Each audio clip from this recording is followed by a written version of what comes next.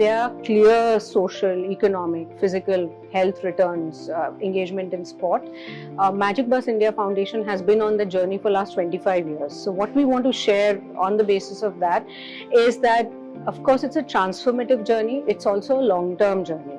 But there are some short-term, medium-term and long-term results that one can look at.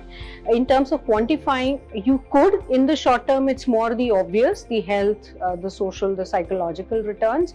But in the long term, you're looking at something else, which is about what are the choices am I making? Am I engaging in a career? Does it unlock a livelihood option? Does sports become more of an equalizer? So girls, do they get an opportunity to go out and play? Do they get a voice? And we've often seen changes on the level of gender and agency as far as girls are concerned. So I think a lot of different outcomes, and out of which quantifying them would mean actually breaking them down in the different sections. The report does some of that, but I think in the long run, all of us as an ecosystem are looking for more of a standardized measurement framework that would do that.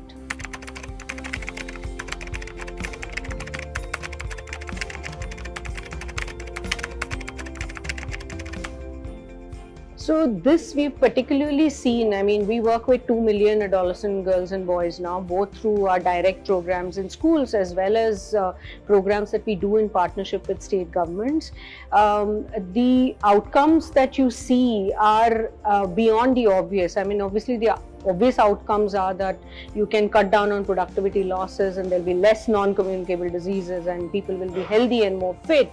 But beyond that, when you see that children start, and especially girls start speaking up and expressing or claiming outdoor spaces, these are the outcomes that don't get measured.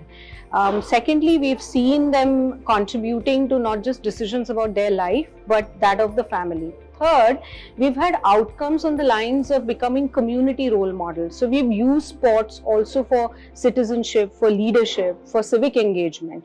And through sport, adolescents and young people have worked on issues that affect their community. So I think that's something that we would like to focus on going forward, and therefore our Youth for Change Fellowship sort of addresses that further.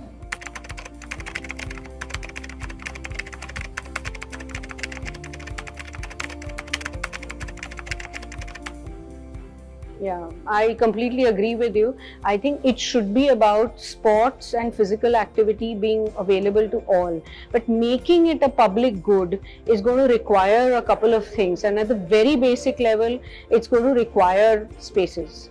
So a playground, any small space that's open, clean and safe. And some level of community engagement to also say that sports and physical activity is important. Now, while you see a lot of young people, and especially in rural areas, girls engaging a lot of physical activity because they do a lot of household chores, do they have time or play time to actually engage in play and sport? And I think that's the differentiator that one needs to make. But going forward, it has to be about community role models, everyday people, not experts, not sports people, because they are seen as celebrities. But everyday role models are like the cadre of community youth leaders we work with, who use sport to talk about life skills education, to talk about leadership, to talk about simple things like confidence building or building your voice and agency. I think those are the role models we should invest in a lot more.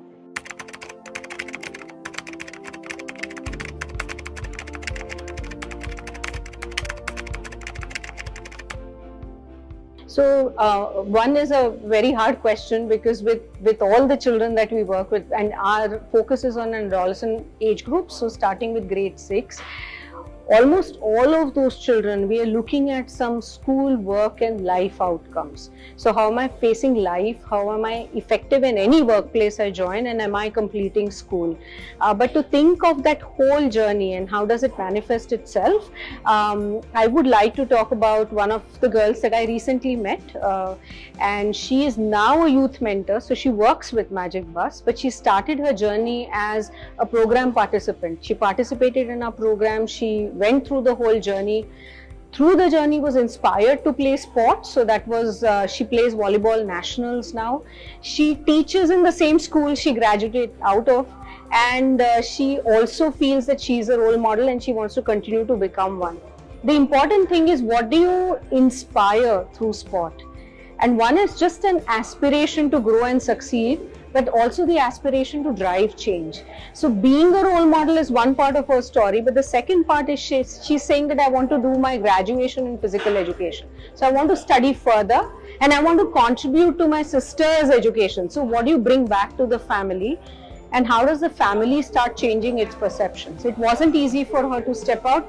Today it's a different family. So I think what we're talking about is more than just sport. It's intergenerational change, but it all begins with sport and physical activity.